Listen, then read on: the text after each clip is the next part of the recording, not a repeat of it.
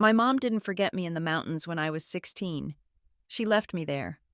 She called it a bonding trip, but the moment I turned my back to gather firewood, I heard her engine fade into the silence. I survived the cold and the terror. Now, years later, she is standing at my office door weeping like a victim, unaware that I have the one thing she fears most, the truth about that night. My name is Marley Ball, and for the first 16 years of my life, I believed that love was a currency you had to earn through endurance. My mother, Valerie Ball, did not believe in coddling. In our small but quiet town where neighbors baked casseroles for each other and parents cheered from the sidelines of soccer games, Valerie stood apart. She was the woman who spoke in aphorisms about steel being forged in fire and diamonds being created under pressure. She called it tough love. I called it a minefield where the safe path changed every single day. It was a Tuesday in late October when she told me to pack a bag. Not a suitcase, but the rugged, tactical hiking backpack she had bought me for my birthday 3 months prior. She told me we were going camping. She said it was time I learned what I was truly made of. She said it was going to be a bonding experience, the final step before I could call myself a real adult. I remember looking at her, searching for some softness in her eyes, some hint of maternal warmth, but all I saw was that familiar, flat assessment she always gave me, as if I were a project she was grading rather than a child she had birthed. We drove for 4 hours. I watched the familiar landscape of suburbia dissolve into highways, then into winding country roads, and finally into the dense, imposing silence of the national forest. The radio was off. Valerie did not like distractions when she was driving. She spent the time lecturing me about self-reliance. She told me that the world was soft, that my generation was weak, and that she refused to let me become another statistic of mediocrity. I nodded along, staring out the window, counting the pine trees blurring past. I had learned long ago that silence was the only defense that worked with her. If I argued, I was rebellious. If I agreed too eagerly, I was patronizing. Silence was safe. We arrived at the trailhead, just as the sun was beginning to dip below the ridgeline, casting long, bruised purple shadows across the valley. It was not a designated campsite. There were no fire rings, no picnic tables, and certainly no other people. It was just raw wilderness. The air was biting, sharp with the scent of pine needles and damp earth. We hiked for another 2 miles into the brush before Valerie decided we had found the spot. "Set up the tent," she ordered, dropping her gear on a flat rock. I did as I was told. My fingers were clumsy with the cold, fumbling with the poles and the canvas, but I managed to get the structure up in 20 minutes.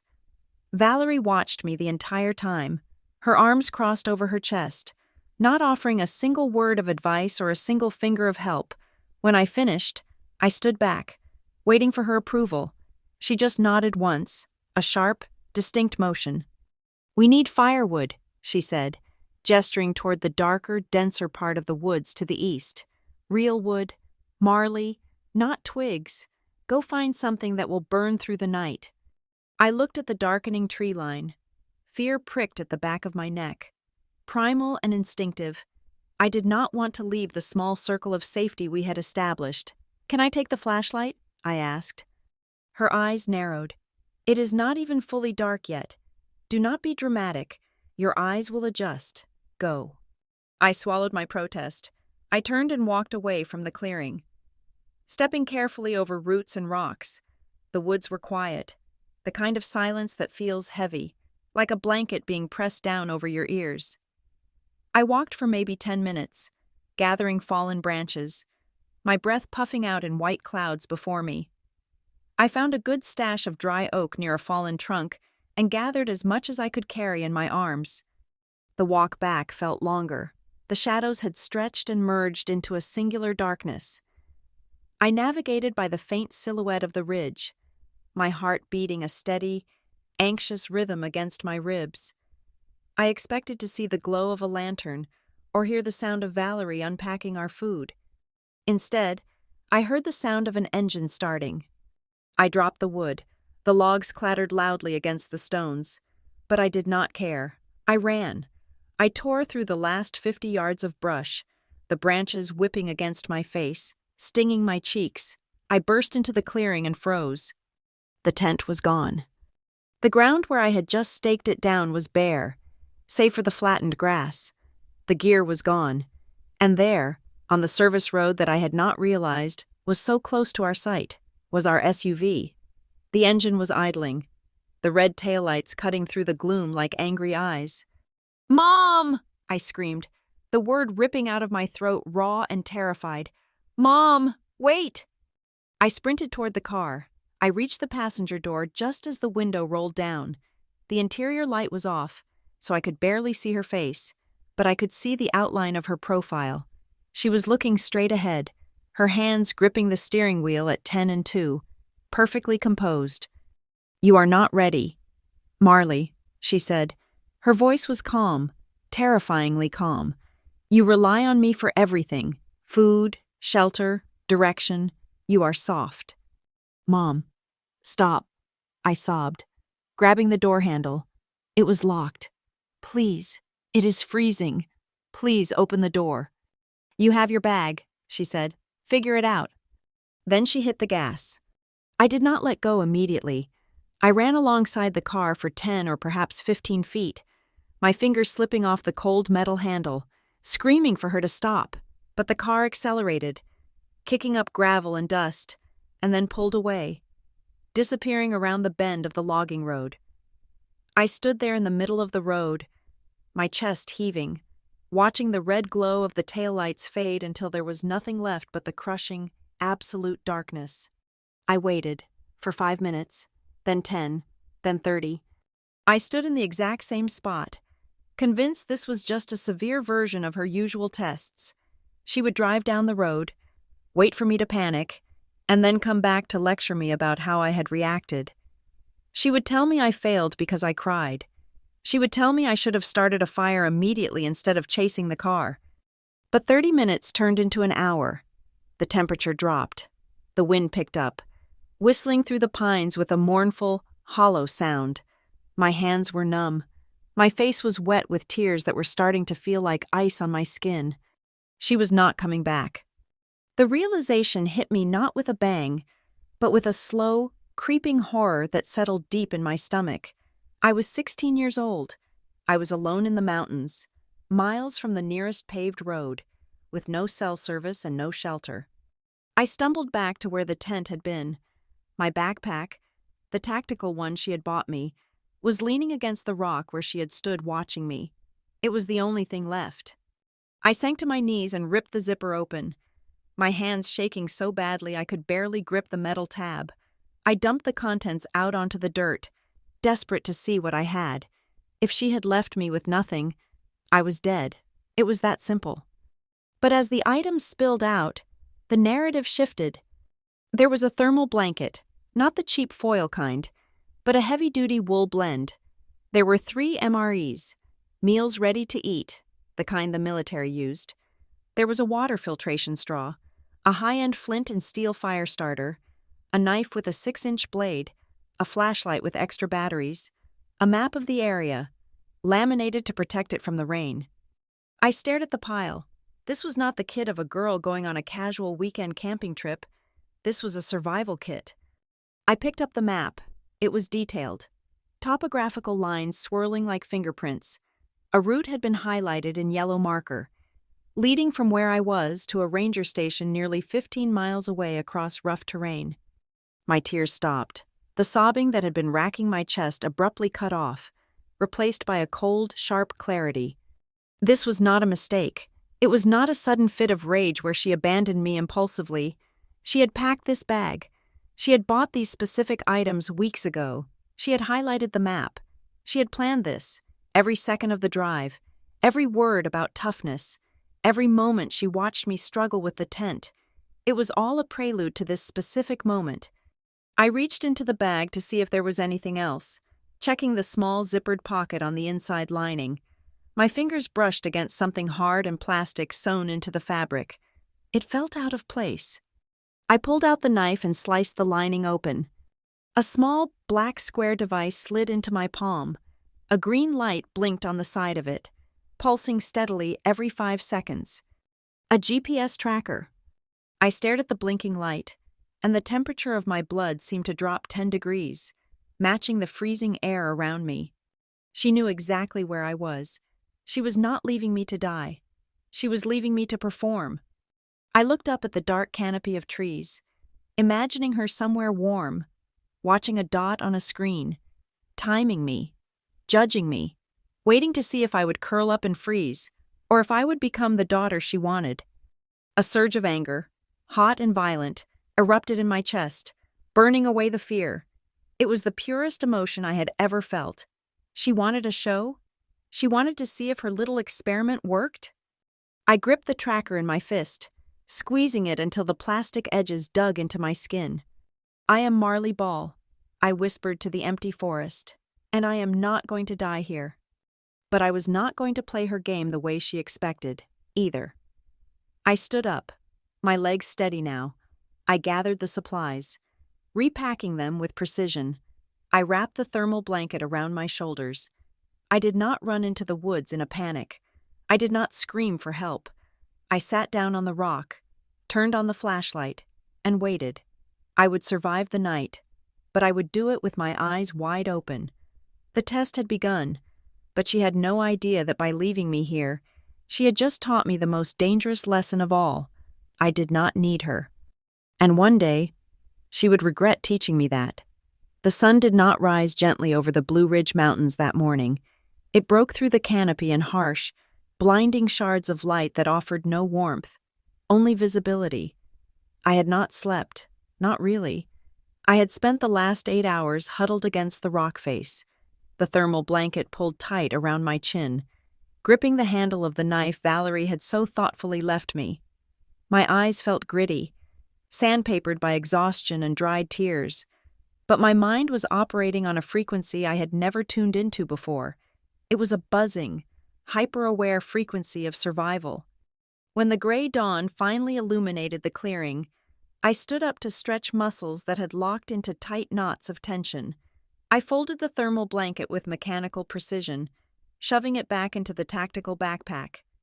I ate half of an MRE bar, the dry, chalky taste of peanut butter turning to dust in my mouth, and took a sip of water. I needed to move. The map said the ranger station was 15 miles south, a trek that would take me most of the day if the terrain remained this unforgiving. But before I left the circle of flattened grass where our tent had been, I looked down at the dirt. The ground was damp from the morning dew, turning the soil into a soft, receptive canvas. I saw my own boot prints, small and frantic from where I had run after the car. I saw the tire tracks of the SUV, cruel parallel lines leading away from me. And then I saw the others. They were fresh, heavy, deep indentations made by large hiking boots. They were not mine, and they were not Valerie's. She wore sleek, expensive trail runners, not these heavy-treaded monsters. The prints circled the rock I had been sitting on. They wove in and out of the tree line, pausing behind a thick oak about 20 feet from where I had spent the night. Someone had been here. Someone had stood in the darkness, watching me while I shivered. A cold shiver that had nothing to do with the mountain air rattled my spine. I touched the pocket where the GPS tracker was sewn. Was this part of it? Had Valerie hired someone to watch me? To ensure I didn't die? Or perhaps to grade my performance from the shadows? It seemed exactly like the kind of twisted safety net she would construct. I tightened the straps of my pack and started walking, following the yellow highlighter mark on the laminated map. I kept my hand near the pocket containing the knife, the forest, which had seemed empty and vast the night before, now felt crowded.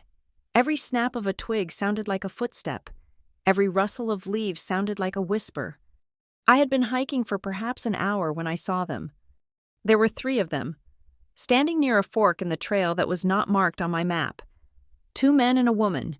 They were dressed in pristine, high-end outdoor gear, brands that cost more than my first car. They looked like they had stepped out of a catalog, their clothes clean, their faces flush with health, their water bottles glistening with condensation. They stopped talking the moment I emerged from the brush. They turned in unison, their smiles practically identical, practiced and polite. "Hey there," the woman called out. Her voice was bright, too loud for the quiet woods.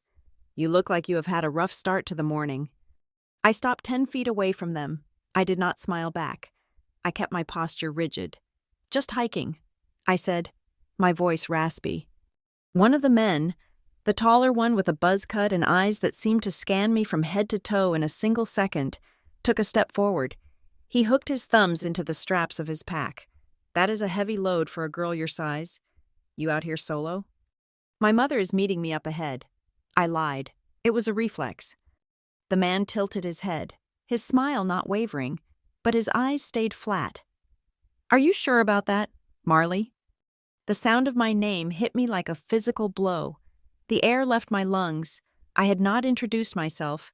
I was wearing a generic gray hoodie and cargo pants. There was no name tag on my pack. There was no reason for these strangers to know who I was, unless they were looking for me. I took a step back, my hand slipping into my pocket, fingers wrapping around the cold handle of the knife. "How do you know my name?" The woman laughed, a tinkling sound that grated against my nerves. "Oh, honey, do not be scared. We met your mom back at the trailhead. She mentioned she was worried you might have gotten turned around. She asked us to keep an eye out for you." Valerie never worried, and Valerie certainly never asked strangers for help. It was against every tenet of her philosophy. If Valerie had actually spoken to them, she would have told them to leave me alone to build character. "We can walk you out," the second man said. He was stockier, his arms crossed over his chest. He gestured down the left fork of the trail. "The trailhead is just a few miles that way. We have a car. We can give you a ride." I glanced at the path they were indicating. Then I looked at the sun, which was climbing steadily in the east. The path they were pointing to headed due west, deeper into the ravine, away from the service roads, and directly opposite to where my map said the ranger station was located. "That is okay," I said, keeping my voice steady despite the thumping of my heart. "I am going to stick to my route." The tall man's smile tightened at the edges. "Don't be stubborn. Marley, that trail you are on is washed out a mile up. Dangerous. Your mom would want you to come with us. It is the safest way." They took a step toward me, all three of them. It was a subtle movement, coordinated, like a pack of wolves closing a circle. They were not hikers. Hikers gave you space. Hikers respected the trail code. These people were hurting me. I realized with a jolt of terror that I could not outrun them.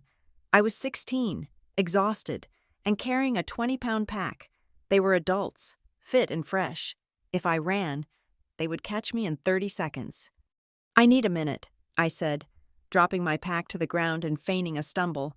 "My ankle, I twisted it back there. I just need to sit for a second." I slumped onto a rock, clutching my leg, making a show of grimacing in pain. I needed time.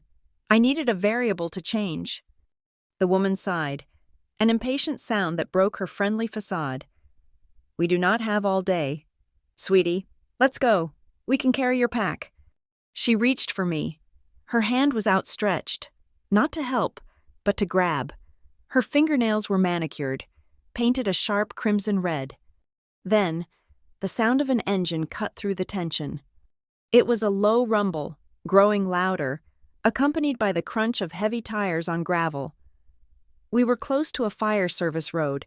I knew that from the map, but I hadn't realized how close until a white pickup truck with a government emblem on the door crested the small hill behind the group. The reaction was instantaneous. The tall man swore under his breath. The woman snatched her hand back as if she had been burned. The aggressive, looming posture of the group evaporated, replaced instantly by a casual, non-threatening stance. They looked like innocent hikers again, just checking a map. The truck rolled to a stop, and a uniformed ranger stepped out. He was older, with graying hair and a face weathered by the sun. He looked from me, huddled on the rock, to the three adults standing too close. "Everything okay here?" the ranger asked. His voice was calm, authoritative. He rested one hand on his belt, near his radio. The tall man flashed a dazzling smile. "Just fine. "Officer, we found this young lady wandering alone. Seemed a bit lost. We were just offering directions." I stood up. I ignored the pain in my legs. I grabbed my pack and walked straight toward the ranger, putting the metal bulk of his truck between me and the trio. "They are lying," I said clearly. "They knew my name, and they tried to make me go west, away from the station." The ranger's eyes narrowed. He looked at the group. "Is that so?" "We were just trying to help," the woman said, her voice dripping with fake offense. "But if she is going to be dramatic about it, she is all yours. Come on, guys." They did not wait for permission. They turned and walked quickly down the trail, disappearing into the dense green foliage with a speed that suggested they wanted to be invisible as soon as possible. The ranger watched them go, his hand hovering near his radio, but he didn't pursue them. He turned his attention to me. "You are Marley Ball?" he asked. "Yes," I said, my relief making my knees weak. "Get in the truck," he said gently. "You are safe now." The cab of the truck smelled like old coffee and pine air freshener. It was the best smell in the world. As the heater blasted warm air against my frozen fingers, the adrenaline began to crash, leaving me shaking uncontrollably. I sat in silence as he navigated the bumpy service road. I watched the trees blur past, thinking about the tracker in my bag. Had Valerie sent those people? Was that the test? To see if I would go with strangers? It seemed too dangerous, even for her, but they knew my name. Ranger Miller, his name tag read Miller, picked up his radio and spoke a code I didn't understand. Then he looked at me. "We have been looking for you since early this morning," he said. "My mom called you?" I asked, bitterness coating the words. She probably realized she went too far, or maybe she wanted to make sure I was retrieved before she got in trouble. Miller shook his head. "No, it was not your mother." I frowned. "Then who?" "We got an anonymous tip," he said. "Came in around 3 in the morning. A call to the emergency line from a burner phone. The caller gave us your exact coordinates. Said there was a miner abandoned in Sector 4 with a survival kit." "A burner phone?" My mother didn't use burner phones. She used her iPhone, and she made sure everyone knew it was her speaking. She owned her actions, proudly. "Was it a woman?" I asked. Miller paused, turning the truck onto the paved road that led to the station. "No, it was a male voice. Distorted. Maybe, but definitely male. And Marley. He said something odd. He said the subject, that is you, had been initiated, and the extraction team was compromised." I stared at the dashboard. Initiated. Extraction team. Those were military terms, or cult terms. "It wasn't my mother," I whispered, the realization settling in my gut like a stone. Miller glanced at me, his expression grave. "No. Whoever called knew exactly where you were, knew you had a kit, and knew you were in danger. But they did not sound like a parent. They sounded like a handler." I gripped my backpack tight against my chest. The GPS tracker seemed to burn through the fabric. The hikers knew my name. The caller knew my location. My mother had left me here. Yes, but she hadn't just left me in the woods.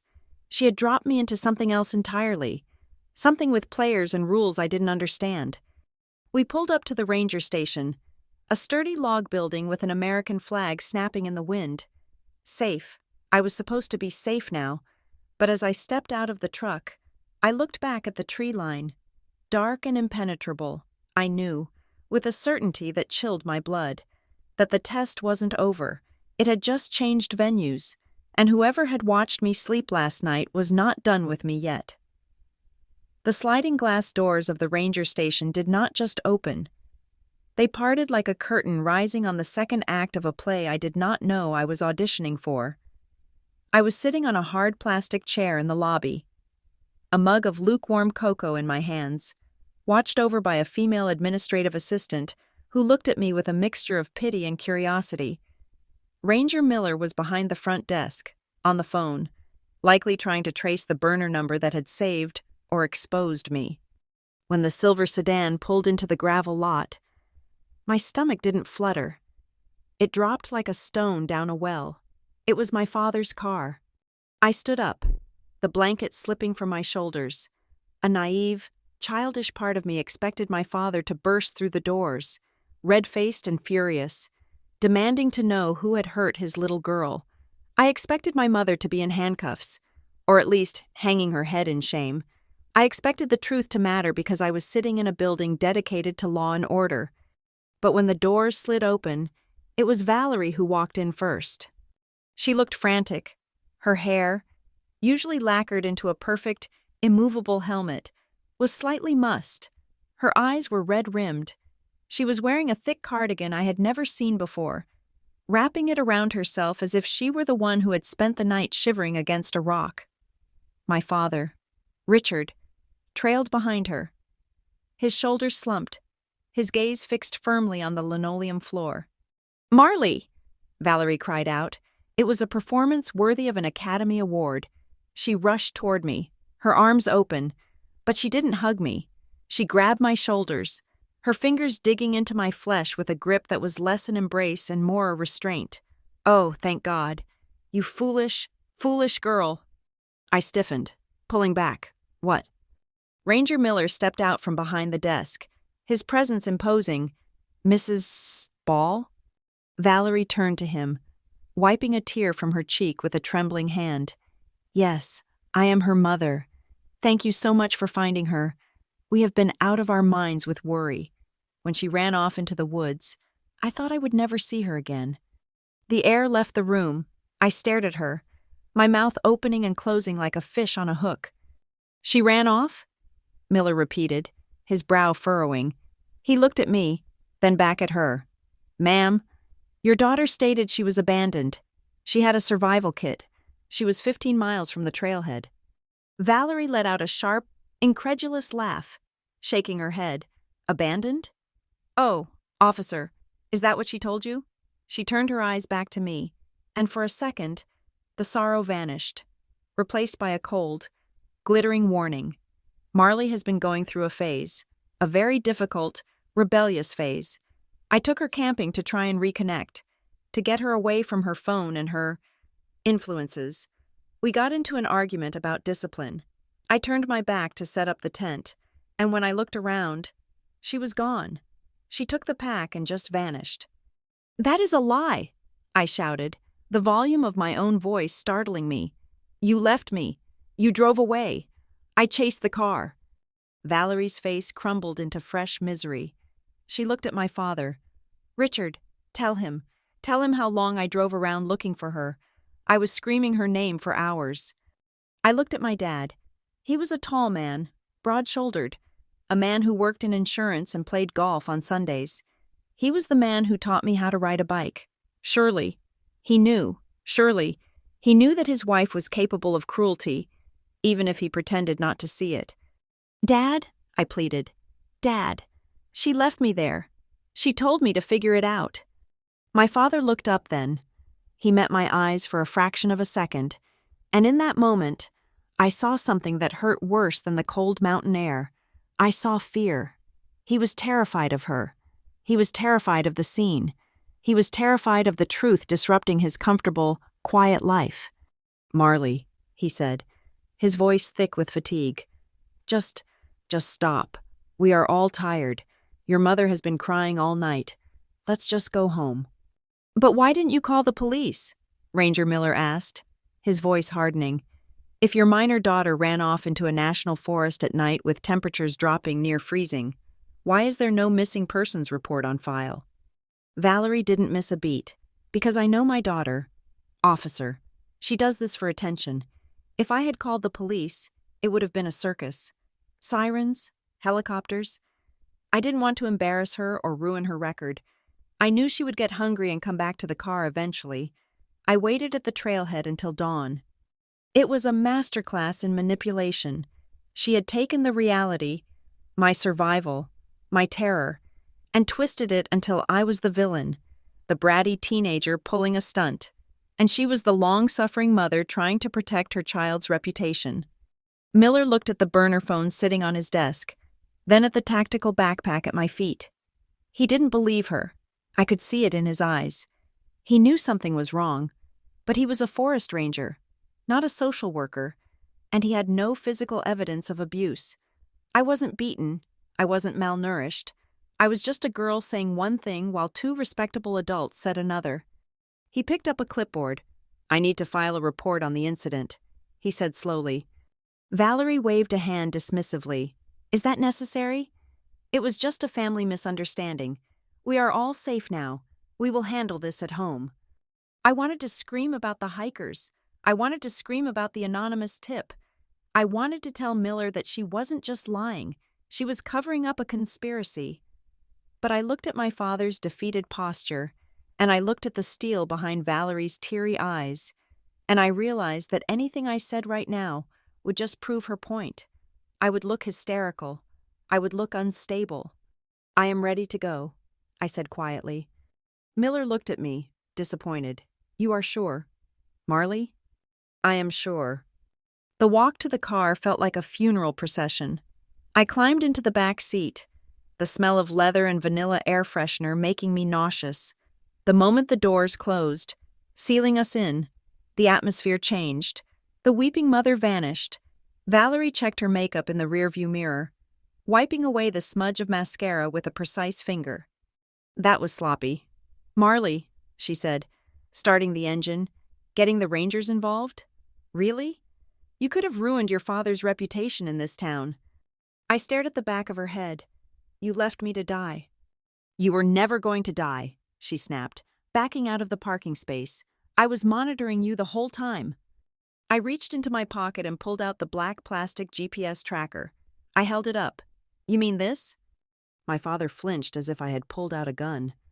"Valerie, you tracked her?" Valerie rolled her eyes. "Of course I did. Richard, look at her. She is reckless. I put that in her bag months ago because I knew something like this would happen. If I hadn't, who knows where she would have ended up. You should be thanking me." I gripped the tracker until my knuckles turned white. "It proves you planned it. You sewed it into the lining. You didn't just slip it in because I ran away. You knew exactly where I was going to be." "Drop it, Marley," my father said. His voice was sharper now, directed at me. "Just drop it. You are safe. You are warm. Stop trying to make your mother look bad." I looked at him, and the final thread of childhood affection snapped. He wasn't just a bystander. He was a collaborator. His silence was the mortar that held her lies together. He chose his peace over my safety. He chose his dinner being on the table on time over the fact that his wife was a monster. We drove the rest of the way in silence. When we pulled into the driveway of our 2-story colonial house, with its manicured lawn and white shutters, it looked like a picture from a magazine. It looked like the kind of place where happy families lived. It was the greatest lie of all. I went straight to my room. I didn't unpack. I threw the tactical bag into the corner and sat on the edge of my bed. My room was exactly as I had left it. Posters on the wall. Homework on the desk. But it felt like a museum exhibit of a girl who no longer existed. The girl who lived here before yesterday believed that her mother loved her, perhaps in a twisted way, but loved her nonetheless. That girl was dead. She had died somewhere between the fire pit and the appearance of the fake hikers.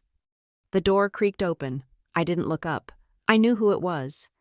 Valerie stepped inside. She didn't turn on the light. She stood in the doorway, her silhouette framed by the hallway glow. "You think you are clever," she said softly. Her voice was low. A whisper meant only for me. "Thinking you could turn those Rangers against me. Thinking you could play the victim." I didn't answer. "You learned nothing," she continued, stepping closer.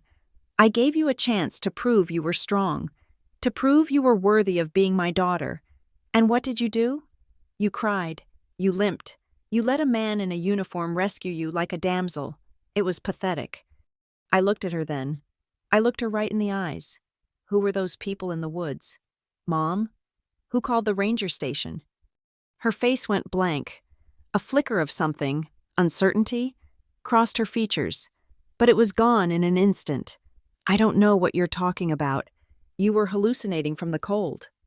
She leaned down, her face inches from mine.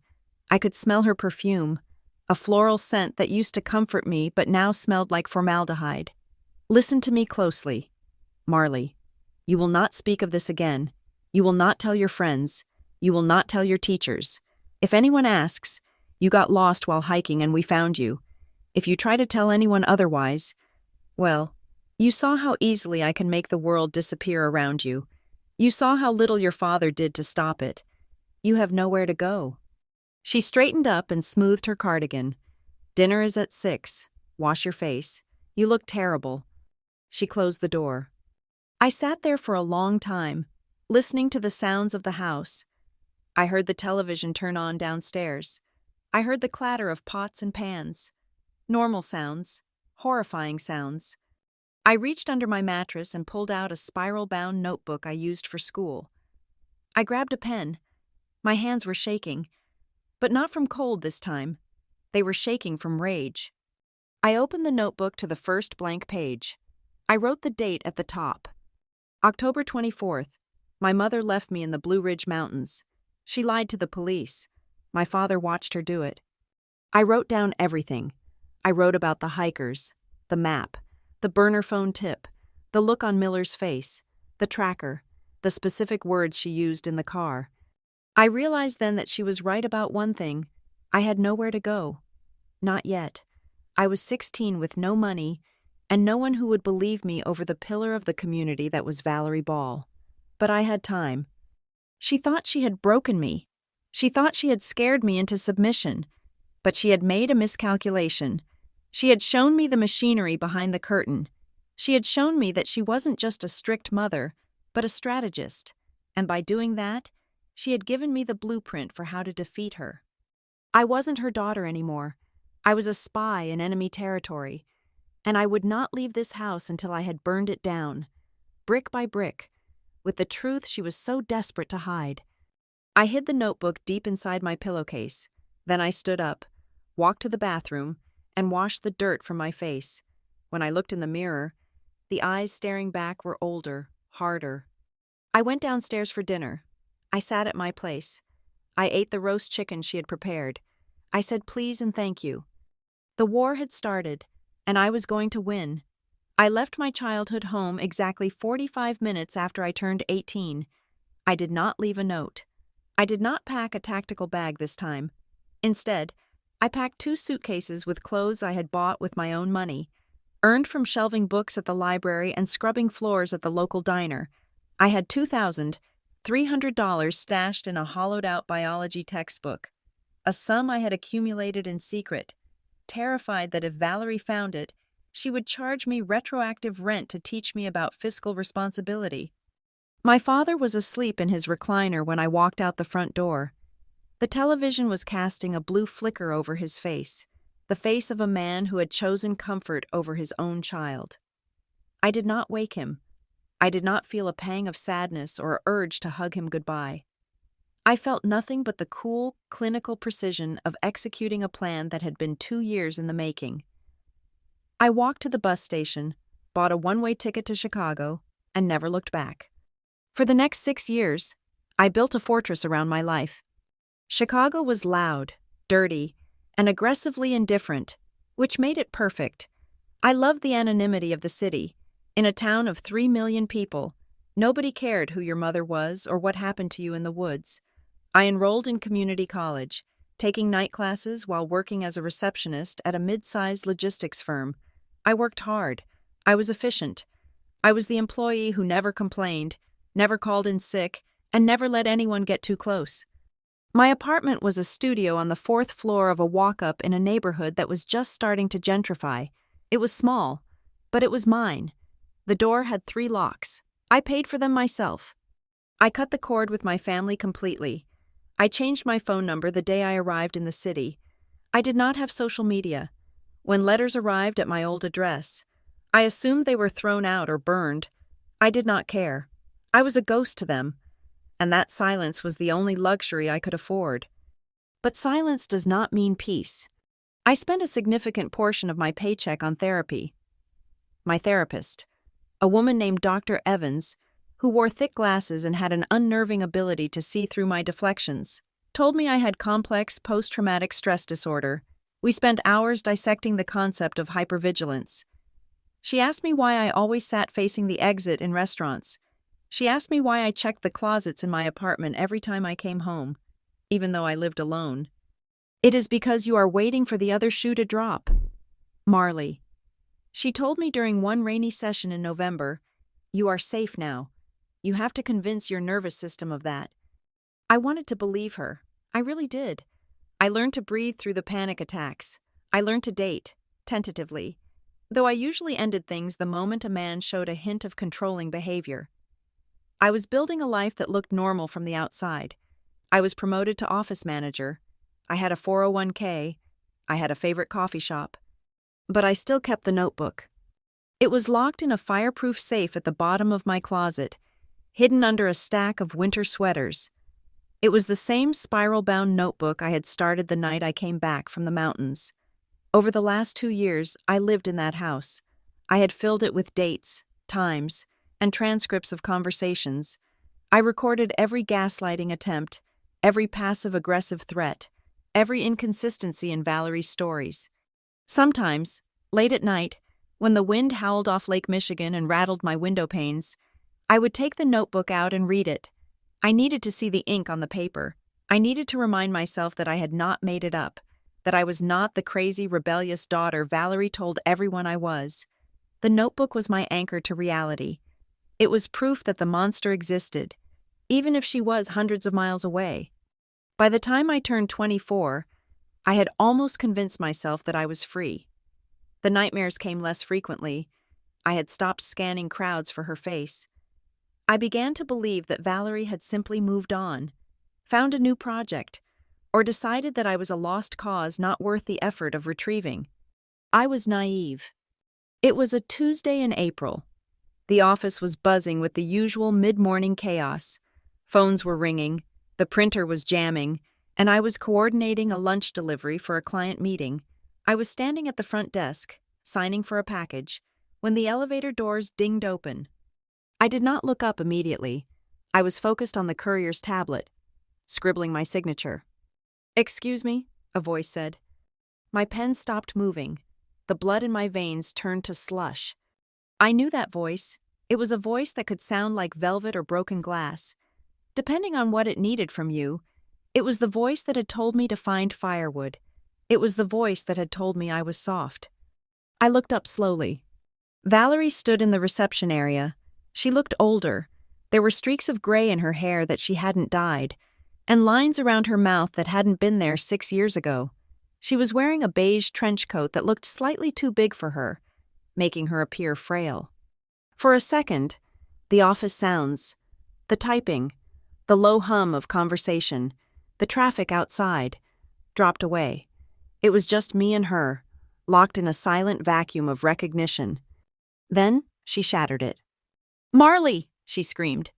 It wasn't a greeting. It was a wail, a guttural, heart-wrenching sound of pure anguish that caused every head in the office to turn. She dropped her purse to the floor. Her hands flew to her face. "Oh my God. Marley, I found you. I finally found you." She rushed toward the desk. I stepped back, my hip bumping into the filing cabinet behind me. My instinct was to run, to grab the letter opener, to scream for security, but I froze. I watched her approach with a detached, clinical horror. She reached across the reception desk, grabbing my hands. Her palms were clammy. She was crying. Great heaving sobs that shook her entire body. "Please, baby, please talk to me. We have been so worried. 6 years. Marley, 6 years of not knowing if you were dead or alive. How could you do this to us?" The courier backed away, looking uncomfortable. My boss, David, stepped out of his office, his brow furrowed in confusion. "Marley?" David asked, looking from the weeping woman to me. "Is everything okay?" Valerie spun toward him, clutching her chest. "You are her boss?" "Oh, thank you for taking care of her. I am her mother. I have been searching for her since she ran away. My poor baby girl. She has been so sick." Sick. The word hung in the air, sharp and poisonous. I pulled my hands away from her grip. I did not scream. I did not cry. I felt a cold, hard armor snap into place over my chest. I looked at the performance she was giving, the coat that was too big. She did that on purpose to look diminished. The gray hair. She likely stopped dyeing it weeks ago to sell the narrative of the grieving mother. The public setting. She chose my workplace to maximize the humiliation, to force me into a corner where I would have to play nice to save my job. She wasn't here to apologize. She wasn't here because she missed me. She was here because she had lost control of her asset, and she was using the most powerful weapon she had: social pressure. "Marley," David said gently, his voice lowered, "do you want to take this to the conference room?" Valerie looked at me, her eyes wet and pleading, but behind the tears, I saw it. I saw the calculation. She was daring me. She was daring me to cause a scene. She was daring me to be the unstable daughter she had just described. If I yelled at her, I proved her right. If I kicked her out, I looked heartless. She had me checkmated in the middle of a logistics firm in Chicago. "No, David," I said. My voice was steady. It was the voice of the woman who had survived the woods, not the girl who had cried for her mother. "We do not need a conference room." Valerie sobbed louder, reaching for me again. "I just want to talk. Marley, your father? He is not well. We just want you to come home. We can get you help. We can pay for the best doctors." She was painting a picture for my coworkers. Marley, the mentally ill runaway. Valerie, the saintly mother willing to bankrupt herself for a cure. I looked at the security camera in the corner of the ceiling. I looked at the receptionist, who was watching with wide eyes. I looked at Valerie. "You are not here to talk." "Mom," I said, keeping my tone flat and professional, as if I were declining a sales call. "You are here because you need something." Valerie flinched. The mask slipped for a fraction of a second, revealing the sneer beneath, before she recovered her composure. "How can you be so cruel, after everything I have done for you?" I walked around the desk. I did not get close enough for her to touch me again. I stood 5 feet away, establishing a boundary that was as physical as it was psychological. "I am asking you to leave," I said. "If you do not leave, I will call the police and have you removed for trespassing." The room went deadly silent. David looked shocked. A daughter threatening to arrest her crying mother? It looked monstrous. I knew exactly how it looked, and I knew Valerie was counting on my fear of that judgment. But she had forgotten who she trained me to be. She had taught me that survival meant making the hard choice when the soft choice would get you killed. Valerie stared at me. The sobbing stopped abruptly, cut off like a faucet. She straightened her spine. The frail old woman vanished, and the commander returned. "You would not dare," she whispered, low enough that only I could hear. "Try me," I whispered back. She held my gaze for 5 seconds. In those 5 seconds, a silent conversation passed between us. She saw that the girl she left on the mountain was gone. She saw that the fear was gone. And she saw that I was ready to burn my own reputation to the ground if it meant taking her down with me. She sniffed, reached into her pocket, and pulled out a tissue. She dabbed her eyes, turning back to David with a tragic, brave smile. "I am sorry," she told him. She is still not ready. I will go. I just needed to see that she was alive." She turned and walked to the elevator. She didn't look back at me. She didn't have to. She had planted the seed. She had disrupted my sanctuary. She had shown me that nowhere was safe, not even 6 years and 3 states away. As the elevator doors closed, cutting off her face, I felt a vibration in my pocket. I pulled out my phone. It was an email notification from an address I didn't recognize. I opened it. There was no subject line. The body of the email contained only a string of numbers, coordinates. I tapped on them. The map app opened. The red pin dropped onto a location in the Blue Ridge Mountains, the exact spot where she had left me. I looked at the elevator doors. My hands were not shaking. My breathing was even. She hadn't just come to perform. She had come to reactivate the game, and this time, she wasn't the only one playing. I watched her from the safety of the lobby for 20 minutes after the office had officially closed. My coworkers had filed out, casting curious, hushed glances at the woman in the beige trench coat sitting on the concrete bench across the street. She sat with perfect posture, her hands folded in her lap, looking like a statue of patient, suffering motherhood. She knew I was watching. That was part of the theater. She knew I would not let her sit there all night because, despite everything, she had trained me to be responsible for her feelings. When the cleaning crew started vacuuming the carpets behind me, I knew I had to move. I pushed through the revolving doors and walked out into the cool Chicago evening. She stood up immediately. She did not run to me this time. She waited, letting me bridge the distance, forcing me to come to her. "We need to talk," she said. Her voice was steady. The hysterical weeping from the morning completely evaporated. It was the voice of a CEO addressing a subordinate who had missed a deadline. "I am not doing this here," I said, keeping my hands deep in my pockets to hide the fact that they were clenched into fists. "And I am not doing it in my office." "There is a coffee shop around the corner," she suggested, pointing a manicured finger. "It is quiet." She had scouted the location. Of course she had. We walked in silence. I kept a 3-foot distance between us on the sidewalk, refusing to fall into step with her rhythm. When we entered the cafe, she chose a booth in the far back corner, away from the windows, away from the barista's earshot, a tactical position. She ordered a green tea. I ordered a black coffee. We sat. For a long moment, she just looked at me. She studied my face, my haircut, the blouse I was wearing, assessing the damage, calculating the value of the asset sitting across from her. "You look tired." "Marley," she began. Her tone was soft, dripping with that faux concern that used to make me feel guilty for existing. "Your skin is sallow. Are you eating enough?"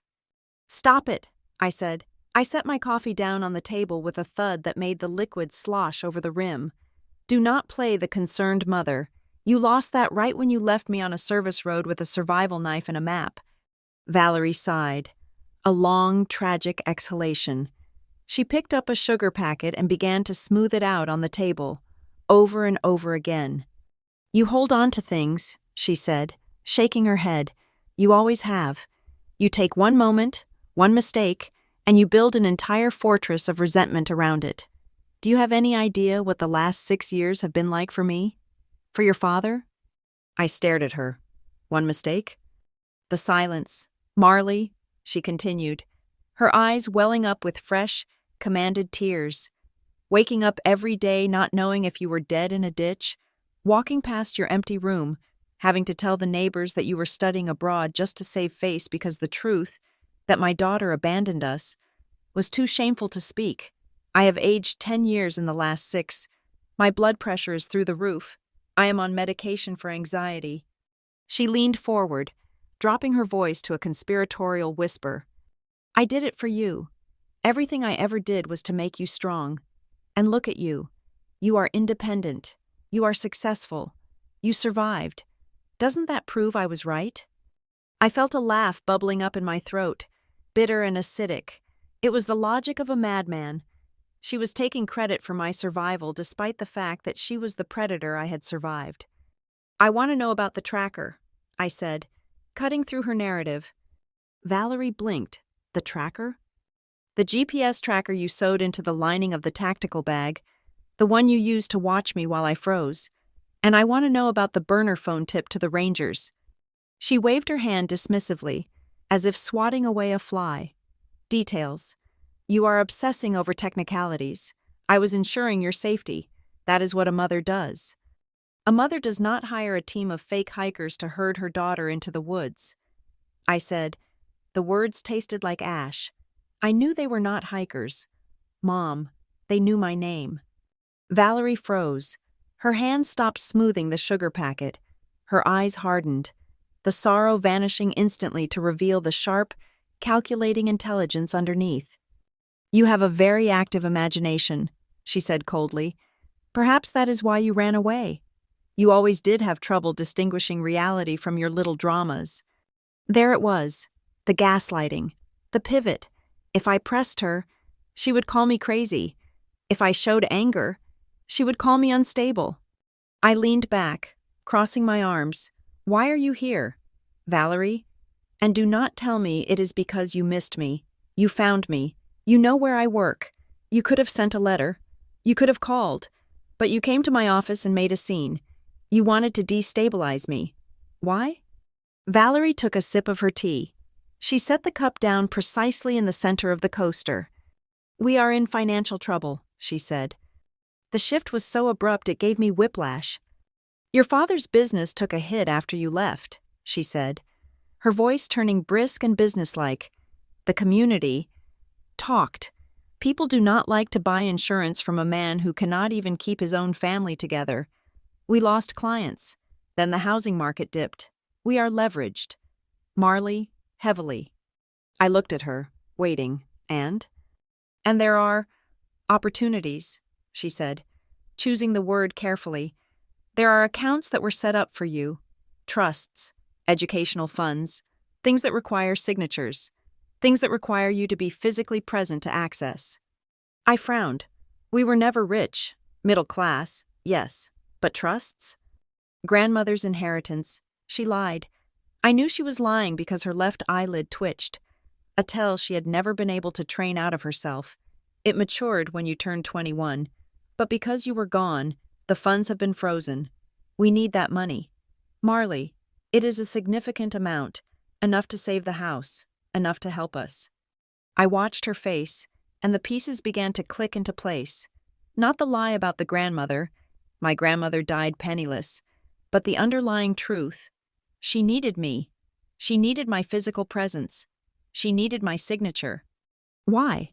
Was there a life insurance policy she had taken out on me? Was there some sort of settlement? And then I remembered the burner phone tip, the man who said I had been initiated. You are lying, I said. Valerie's face darkened. Excuse me? There is no inheritance, I said. If there was, you would have forged my signature years ago.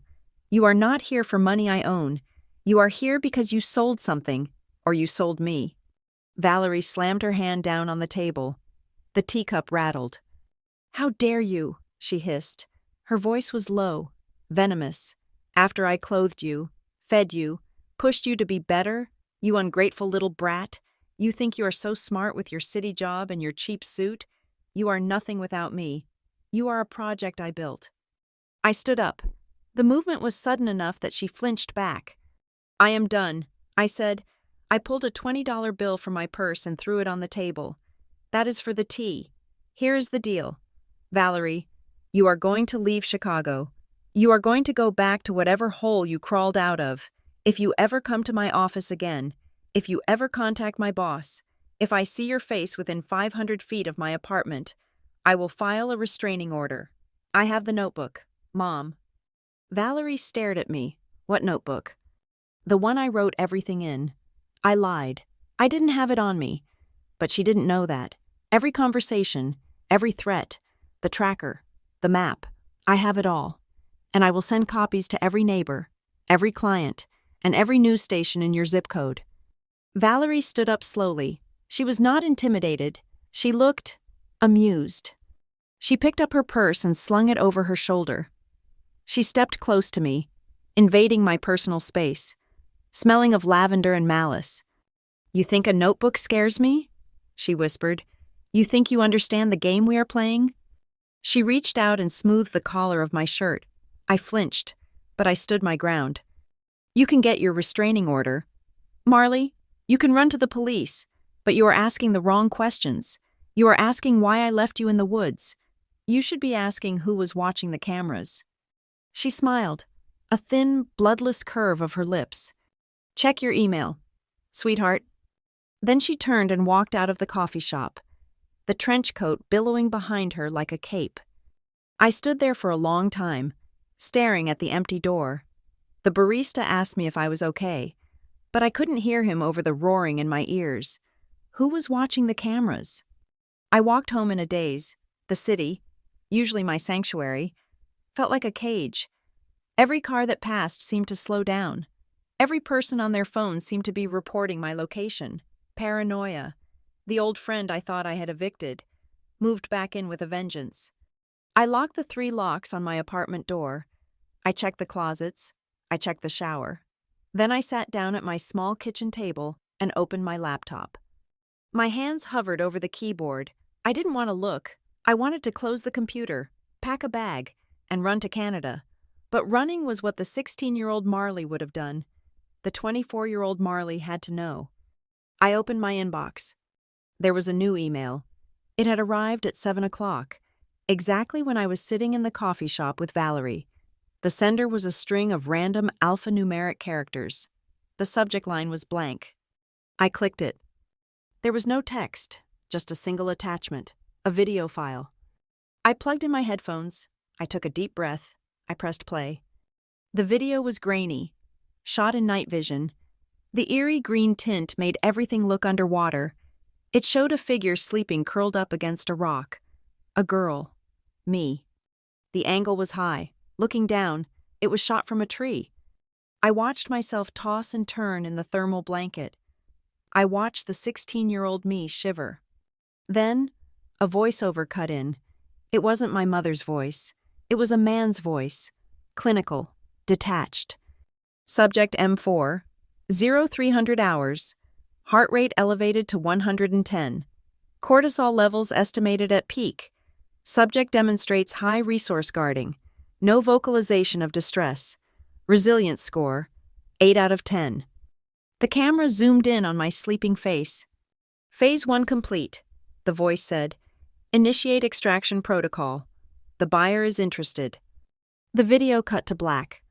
I sat in the silence of my apartment, the only sound the hum of the refrigerator. It wasn't a punishment. It wasn't just tough love.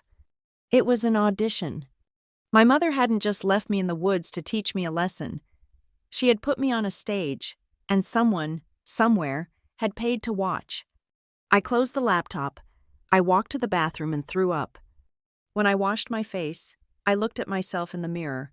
I looked at the resilience the voice had praised. I looked at the strength Valerie claimed she had built. It was all a product. I was a product. And now, 6 years later, the buyer had apparently returned for the rest of the purchase. I walked back to the main room. I didn't pack a bag. I went to the closet, dug under the sweaters, and pulled out the fireproof box. I took out the notebook. I turned to a fresh page. They were filming. I wrote, "Valerie is not just an abuser, she is a vendor." I picked up my phone. I needed help. I couldn't do this alone anymore. But who could I trust? My father was complicit. The police had already failed me once. Then, a thought struck me. A memory of a small, skinny boy with big glasses who used to hide in his room while Valerie yelled at me. My younger brother, Toby. He was 10 when I left. He would be 16 now, the same age I was when I was taken to the mountain. If they were doing this to me, what were they doing to him? I opened a new browser window. I typed his name into the search bar. Toby Ball. I found a social media profile. It was locked, private, but the profile picture chilled me to the bone. It was a photo of him standing in front of a dense forest, wearing a tactical backpack. The caption read, "Mom says the wilderness heals. Here goes nothing." The post was dated yesterday. I grabbed my keys. I wasn't running away this time. I was going back, and I was going to tear their entire production down before they could yell, "Cut." The psychological warfare began exactly 45 minutes after I watched the video of myself sleeping in the woods. I had not even left my apartment. I was sitting on my kitchen floor, surrounded by the physical debris of my panic, an overturned water glass, a pile of tissues, and the notebook, when my phone lit up. It was not a call. It was a notification from LinkedIn. Valerie Ball viewed your profile. Then another. Valerie Ball commented on your post. I felt a cold prickle of violation. I opened the app. On a post I had shared 2 weeks ago about supply chain logistics, my mother had left a comment. It was 3 sentences long, written in a tone of bewildered concern. "Marley, please call home. We are so worried about your mental state after the episode at the office today. We just want to pay for the treatment you need." My heart hammered against my ribs. She was doing exactly what she had threatened. She was taking the narrative public, invading the one space I had kept meticulously professional. I deleted the comment immediately and blocked her account. But the damage was already initiated. The algorithm had seen it. My connections who had notifications turned on had seen it. I went to my settings to lock down my profile, and that is when the deluge started. My email inbox, usually reserved for work correspondence and newsletters, began to ping. Subscription confirmations for rehab centers in Chicago, inquiries about debt consolidation, a receipt for a one-way ticket to North Carolina booked in my name. She was signing me up for everything she could find, creating a digital paper trail of a woman in crisis. Then came the texts. They were not from her number. They were from unknown IDs, likely spoofed. You look tired in your profile picture. The rent on your apartment is due in 6 days. Can you afford it without a job? Resilience score dropping. I threw the phone onto the couch as if it were a venomous snake. She was not just harassing me. She was hunting me. She was using the very tools of the modern world to dismantle my sanity before she even made another physical move. It was efficient. It was brutal. And it was exactly the kind of strategy she would have praised me for if I were the one deploying it. But I was not 16 anymore. I did not curl up and cry. I walked over to the couch, picked up the phone, and took a screenshot of every single text. I opened my laptop and took screenshots of the emails. I created a new folder on an encrypted external hard drive titled Evidence. If she wanted a digital war, I would give her one, but I would not fight with emotional outbursts. I would fight with data. The next morning, the assault moved from digital to personal. I received a call from Jenna, a friend from college who I grabbed drinks with occasionally. Marley? Jenna's voice was hesitant. I just got the weirdest message on Facebook. From your mom. I closed my eyes, pinching the bridge of my nose. What did she say? Jenna? She sent me a long paragraph. She said you have been seeing things, that you have been cutting yourself off from the family because of a paranoid delusion involving a camping trip. She asked if I had seen you displaying any erratic behavior. She made it sound like she was trying to stage an intervention. I gripped the edge of my desk. Valerie was scorching the earth. She was poisoning the well so that if I ever tried to tell my story, everyone I knew would view it through the lens she had crafted. Marley is sick. Marley is paranoid. Poor Valerie is just trying to help. Jenna, I said, keeping my voice steady. My mother is abusive. I cut contact with her 6 years ago for my own safety. She is stalking me. Please do not engage with her. There was a pause. Okay. Wow, I believe you. Marley, she sent a picture too. It looked like a medical record. My blood ran cold. Send it to me. Jenna forwarded the image. It was a photo of a document, blurry but legible. It was a psychiatric evaluation form, dated from the year I left home. It diagnosed me with oppositional defiant disorder and delusional tendencies. I looked at the signature at the bottom. Dr. A. Sterling. I had never met a Dr. Sterling. I had never undergone a psychiatric evaluation as a teenager. The document was a forgery, or worse, it was real, created by a doctor on someone's payroll who had never even been in the room with me. I saved the image to the evidence folder. I needed to know who she was working with. The video of me in the woods mentioned a buyer. It mentioned a resilience score. That meant metrics. That meant reports. I spent the next 6 hours diving into the deep archives of my digital life. I remembered that before I left home, we shared a family cloud account for photo storage. I had logged out of it on my devices years ago, but I had never deleted the account itself because I didn't have the administrative password. I opened a private browser window. I typed in the old email address Valerie used for the family. I tried the password I remembered. Valerie wins 1. Incorrect. I tried resilience 1. Incorrect. I closed my eyes and thought about her. I thought about what mattered to her. Control, legacy, the date she married my father? No. She didn't respect him enough. The date I was born? Unlikely. Then I remembered the name of the LLC she had set up for her consulting business that never seemed to have any clients. Ironwood. I typed in Ironwood 1998. Access granted. I held my breath as the dashboard loaded. It was mostly mundane. Photos of holidays. scanned receipts for tax purposes, but I went to the deleted items folder. Valerie was meticulous, but she was also arrogant. She believed she was untouchable. There was a folder in the trash bin named Project M. My hands shook as I clicked to restore it. The progress bar crawled across the screen. 90%, 95. Then the screen flashed red. Error, file corrupted. I tried again, same error. The files were gone, scrubbed, but the metadata remained. I hovered my cursor over the corrupted folder details. Created October 12, 2014, 2 weeks before the camping trip. Modified by User Admin Pathfinder.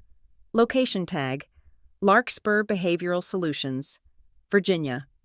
Larkspur Behavioral Solutions. I grabbed a pen and wrote the name down on my notepad. It sounded like a corporate retreat center or a rehab facility. I opened a new tab and searched for it. 404 not found.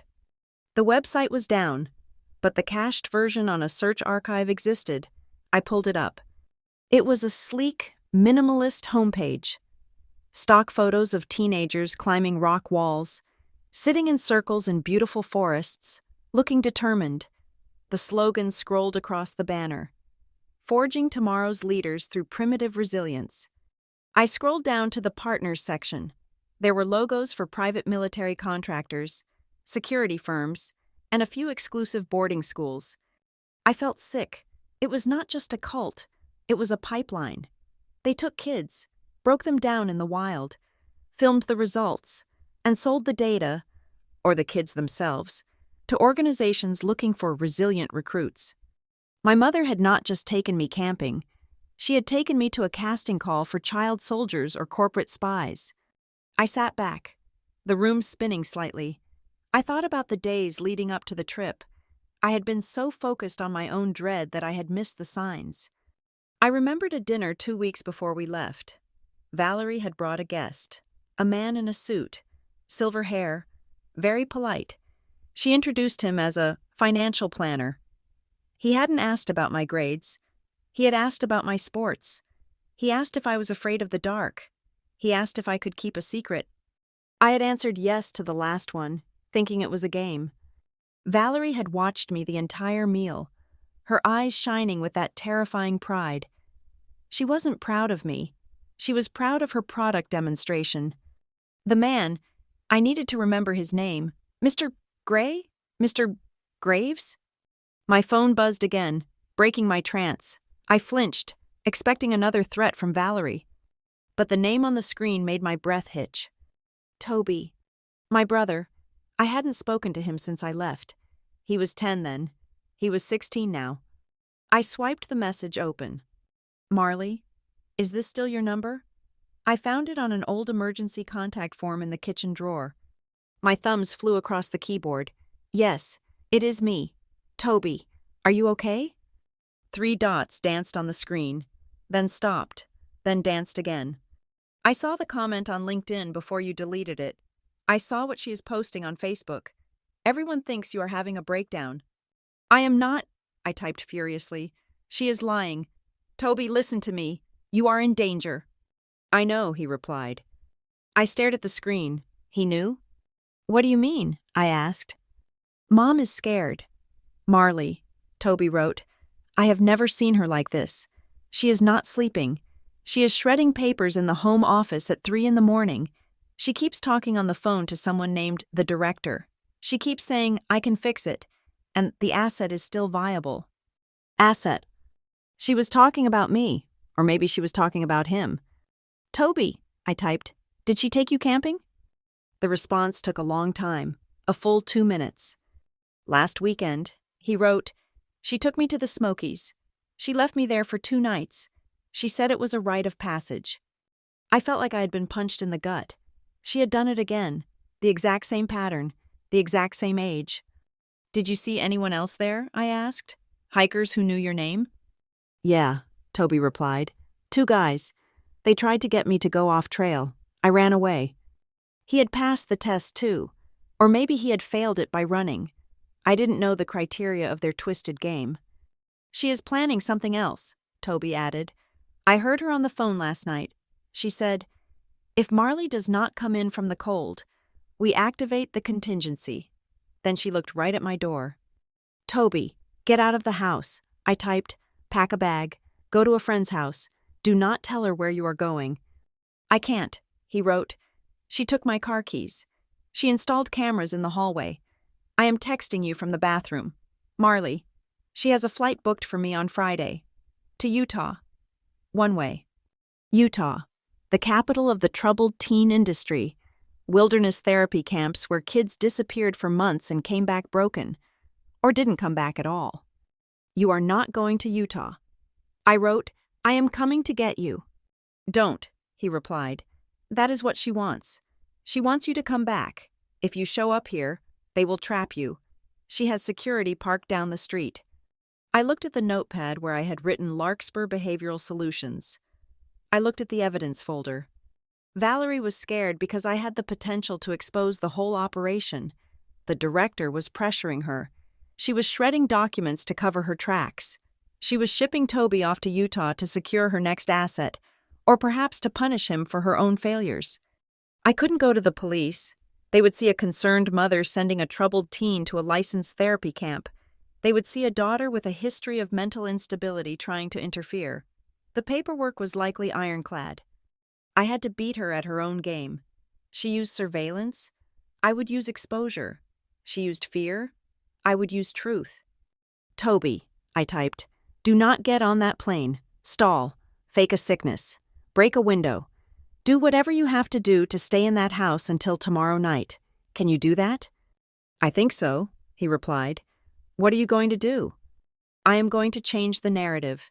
I wrote, "Delete this thread. Wipe your phone. Trust no one." I put the phone down. I turned back to my computer. I opened a word processor document.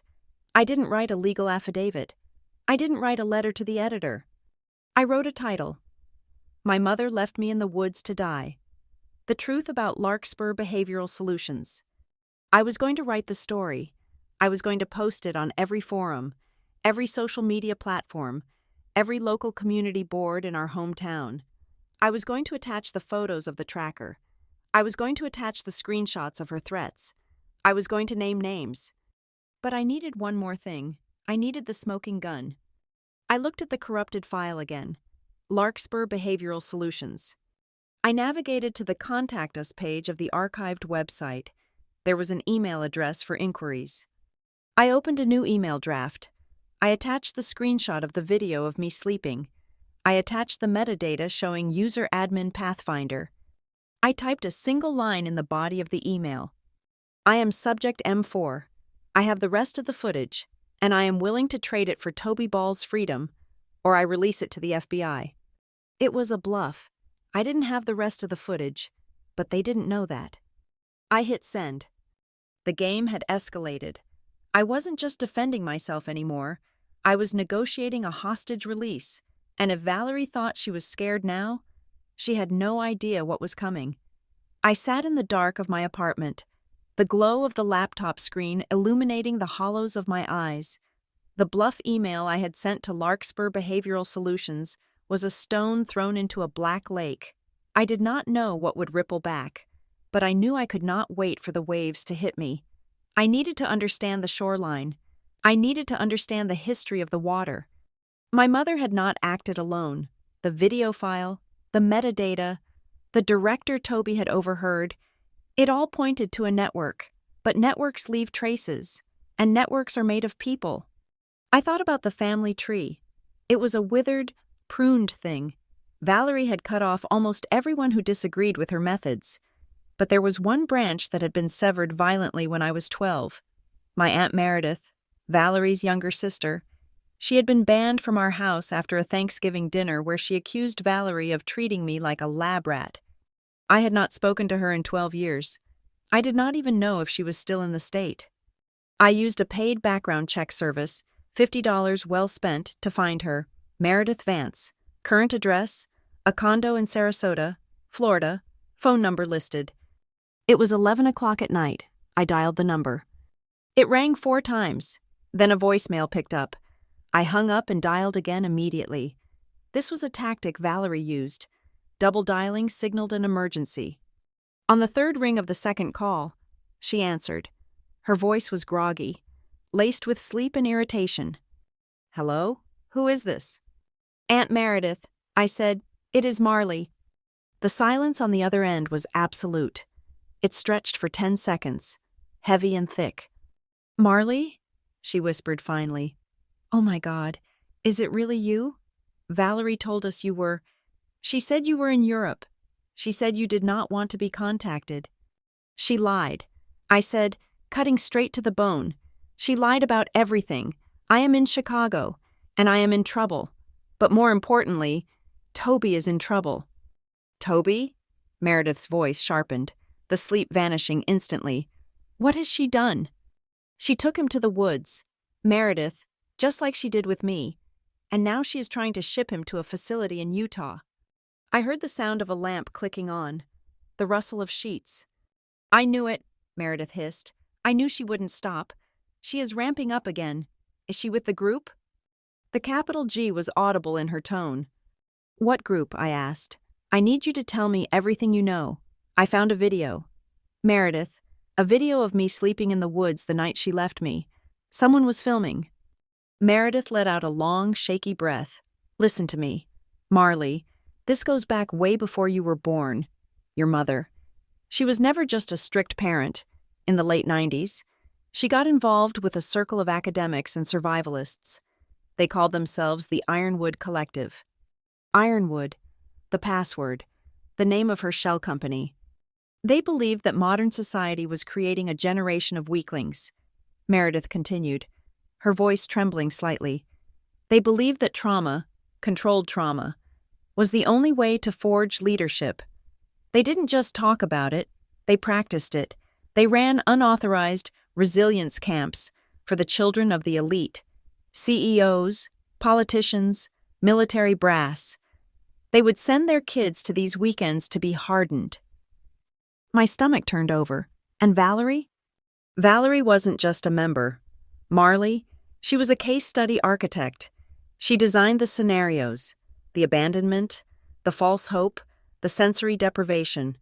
She wrote the playbook on how to break a child's spirit, just enough to rebuild it into something compliant and ruthless. I gripped the phone. "So I was an experiment?" "You were her masterpiece," Meredith said sadly.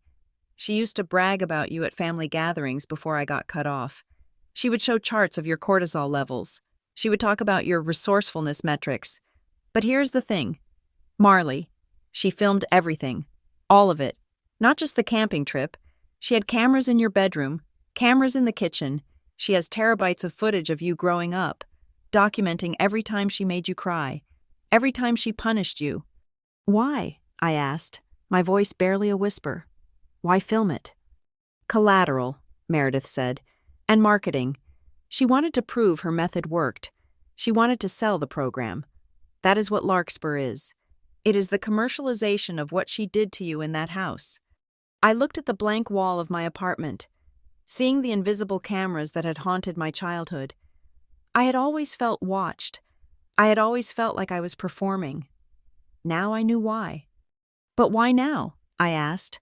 "Why is she coming after me after 6 years? Why is she panicking?"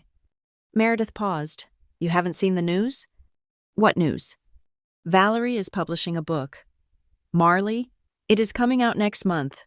It is called The Diamond Child, Raising Leaders in a Soft World. It is already on the bestseller pre-order list. She is booked on every morning show in America. She is pitching herself as the savior of the American family." The realization hit me with the force of a physical blow. She isn't scared because she misses me. She isn't scared because she loves me. She is scared because I am the living, breathing contradiction to her entire thesis. If the world finds out that her diamond child is actually a traumatized runaway who hates her, the book deal dies, the consulting fees die, the reputation she has spent 20 years building crumbles into dust. She needs me to be the success story, I said, finishing the thought aloud. She needs me to stand next to her at the book launch and smile and say, "Yes, my mother abandoned me in the woods, and it made me a CEO." "Exactly," Meredith said, "and if you won't do it, she has to make sure you can never tell the truth. That is why she is discrediting you. That is why she is calling you mentally unstable. If you speak out after the book is released, she needs the world to believe you are just a crazy, vindictive daughter." "And Toby?" I asked. "Toby is the backup plan," Meredith said grimly. "If she can't use you, she needs a new success story. Fast. That is why she is sending him to Utah, to fix him before the press tour starts." My hand was shaking so hard, I almost dropped the phone. It was so cold, so calculated. We were not children to her. We were assets. I was the prototype that had gone rogue. Toby was the second iteration that needed a firmware update. "Meredith," I said, "do you have any proof? Letters? Emails?" "I have a box of old correspondence in the garage," she said. "From before the estrangement. She used to write to me about the methodology. I kept it because, well, I thought one day I might need to call Child Protective Services. I never had enough proof then, but I have it. I need you to scan it," I said, "all of it, tonight." "Marley, be careful," Meredith warned. "The people she works with, the Ironwood people, they have money, they have connections. They are not just a PTA group." "I am not 16 anymore, Aunt Meredith," I said, "and I am not alone." I hung up the phone. I sat there for a long moment, processing the shift in the landscape. The enemy was no longer just a toxic mother. The enemy was a brand, a corporation, a best-selling author who was about to go on national television to teach the world how to abuse children. I looked at the evidence folder on my computer. It wasn't enough. The tracker, the emails, the harassment. It was good, but it was defensive. It proved she was stalking me, but it didn't prove the systemic horror of what she was selling. I needed the footage. I needed the tapes Meredith talked about, the videos of my childhood, the raw data of the experiment. If I could get my hands on the footage of her designing the trauma, I could sink her book, her company, and her entire legacy in a single afternoon. And I knew exactly where she would keep it. Valerie was a narcissist. She wouldn't trust the cloud with her most precious data, the proof of her genius. She wouldn't keep it at a secure facility where others could access it. She would keep it close. She would keep it where she could watch it, groom it, admire her handiwork. She would keep it in the sanctuary. I closed my eyes and remembered the house, the sprawling colonial in North Carolina. My father's office was on the first floor, messy and irrelevant, but Valerie had a study in the basement. It was a finished room, temperature-controlled, with a heavy oak door that was always locked. She told us it was where she did her taxes. But I remembered the hum of servers. I remembered the red lights of hard drives blinking in the dark when she forgot to close the door all the way. I looked at the time. It was midnight in Chicago, 1 o'clock in the morning in North Carolina. Valerie was likely awake, shredding papers, talking to the director. She was distracted. She was focused on Toby. She was focused on the book launch. She was expecting me to be cowering in my apartment, fighting off her digital attacks. She was not expecting me to go on the offensive. I stood up and walked to my closet. I pulled out the suitcase I had not used since a business trip to Seattle 3 months ago. I packed efficient, dark clothing. I packed my laptop. I packed 2 burner phones I had bought at a convenience store that evening. I was not going to hide. I was not going to negotiate for Toby's release with a bluff. I was going home. But I wasn't going as Marley Ball, the runaway daughter. I was going as the diamond child she had created. She wanted resilience. She wanted resourcefulness. She wanted a predator who could navigate the darkness without making a sound. Fine. I would show her exactly what she had built. I booked a flight to Raleigh for 6 o'clock the next morning, not under my name, but under the name of a college friend who owed me a favor. I walked to the bathroom and looked at myself in the mirror one last time. The fear that had been paralyzing me for the last 48 hours was gone. In its place was a cold, hard clarity. Valerie Ball wanted to tell the world a story about how she forged a leader. I was going to let her, but I was going to rewrite the ending. I grabbed a pair of scissors from the drawer. I cut my long brown hair, The hair Valerie always said was my best feature, until it sat jagged and short above my chin. I dyed it black with a box kit I had under the sink. When I rinsed the dye out, the woman in the mirror looked like a stranger. She looked dangerous. I picked up my phone and sent one last text to Toby. "Hold the line. Reinforcements are inbound." Then I threw the phone into the trash can. I was going back to the woods, but this time, I was the one setting the trap. I did not storm the gates of my childhood home with a battering ram. That is what the old Marley would have done. The 16-year-old girl who screamed and chased a car down a gravel road. That girl was reactive. She was emotional. She was exactly the kind of hysterical female Valerie Ball had spent a lifetime dismissing. The new Marley, the one sitting in a budget hotel room in downtown Raleigh with dyed black hair and a burner laptop, understood that the most dangerous weapon in the 21st century was not a knife or a gun. It was a well-told story. I spent 3 hours writing. I did not write a hit piece. I did not use the names Valerie Ball, Richard Ball, or Larkspur Behavioral Solutions. I did not use the word abuse in a way that could be legally defined as defamation. Instead, I wrote a sociological case study titled The Architecture of Resilience, When a Child Becomes a Product. I wrote about the philosophy of the diamond child. I described a mother who believed that affection was a crutch and that terror was a teacher. I described the mechanics of a camping trip where a teenager was left alone with a survival kit and a hidden GPS tracker, not as a tragedy, but as a business transaction. I described the discovery of a camera lens in the woods, filming the shivering form of a sleeping girl, turning her survival instinct into marketing collateral. It was clinical, it was precise, it was devastatingly human. I posted it to a popular long-form journalism platform under the username SubjectM4. I hit publish at 6 o'clock in the morning. Right as the commuter crowd in New York and Chicago, the exact demographic Valerie was targeting with her book, was waking up and checking their phones. Then I waited. For the first 4 hours, the silence was heavy. The view counter ticked up slowly. 10 views, 50 views, 100 views. I sat on the edge of the hotel bed, drinking lukewarm coffee, wondering if I had miscalculated, wondering if the world was too loud for a quiet story to be heard. But at 11 o'clock, the algorithm caught fire. It started with a retweet from a prominent child psychologist who had 200,000 followers. She quoted a section of my essay. "True resilience is not the ability to endure suffering in silence. It is the ability to recognize when the suffering is unnecessary." Then, a survivor of the troubled teen industry shared it. Then a journalist who covered the dark side of self-help cults. By 2 o'clock in the afternoon, the essay had 50,000 reads. By 5 o'clock, it was trending globally. The comments section became a confessional. People were not just reading, they were recognizing. Strangers shared stories of parents who locked them out of the house to toughen them up. People spoke about wilderness camps, where they were stripped of their names and given numbers. The hashtag SubjectM4 began to trend. I watched it all unfold with a detached, cold satisfaction. I had not named Valerie. I had not named her book, but I had described the Diamond Child methodology so perfectly that anyone who had seen her recent promotional interviews would make the connection instantly.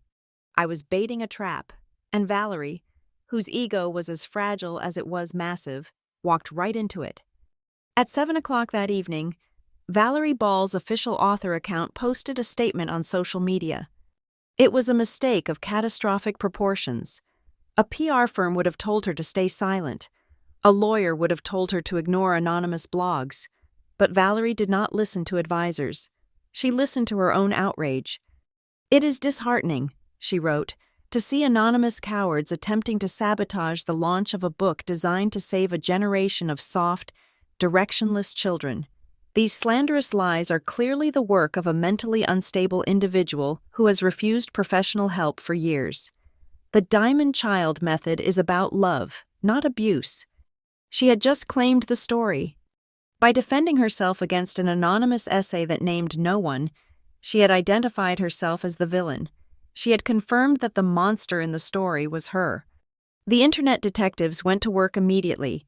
Within 30 minutes, side-by-side comparisons appeared. They posted screenshots of my essay describing the hidden cameras in the woods, next to screenshots of Valerie's book trailer, which featured grainy, cinematic footage of a girl sleeping in the forest, footage she claimed was a dramatization, but which looked suspiciously authentic. Then, the second wave hit. A user named Trailwalker99 posted a comment on my essay. "I know this family. I was a hiker hired to herd a kid in the Smokies last week. I thought it was a game. I didn't know the kid was being shipped to Utah."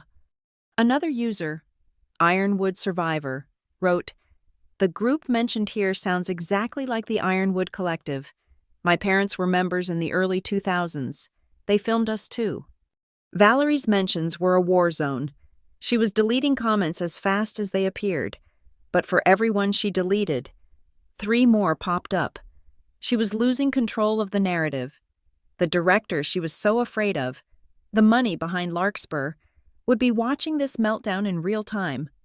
I closed my laptop. The digital front was secured. Now, it was time for the legal front. I picked up the second burner phone. I dialed the number of a high-profile family law attorney in Raleigh named Marcus Henderson. I had emailed him the previous night with the evidence folder, the stalking texts, the fake medical records, the harassment of my boss. I had transferred $5,000 of my savings to his retainer account. "Miss Henderson," I said when he answered, "is it done?" "Yes, Ms. Ball," he said. His voice was gravelly and reassuring. "The process server just handed the papers to your mother at her residence. We are filing for an emergency injunctive relief against harassment. We are also sending a cease and desist regarding the distribution of any image or likeness of you in her upcoming book or marketing materials, citing commercial appropriation of personality." "How did she take it?" I asked. "According to the server, she threw the papers on the ground and threatened to call the governor," Henderson said dryly. "Typical reaction for a narcissist losing grip. But Marley, this stops her from contacting you directly. If she texts you, emails you, or shows up at your workplace, she goes to jail." "Thank you," I said. I hung up. I knew Valerie. I knew the legal threat wouldn't stop her rage, but it would channel it. She couldn't bully me into silence anymore. She couldn't use the Concerned Mother Act because now there was a court filing documenting her harassment. She had only one move left. She had to negotiate. I waited. I ordered a sandwich from room service and ate it slowly. I watched the city lights of Raleigh flicker outside my window.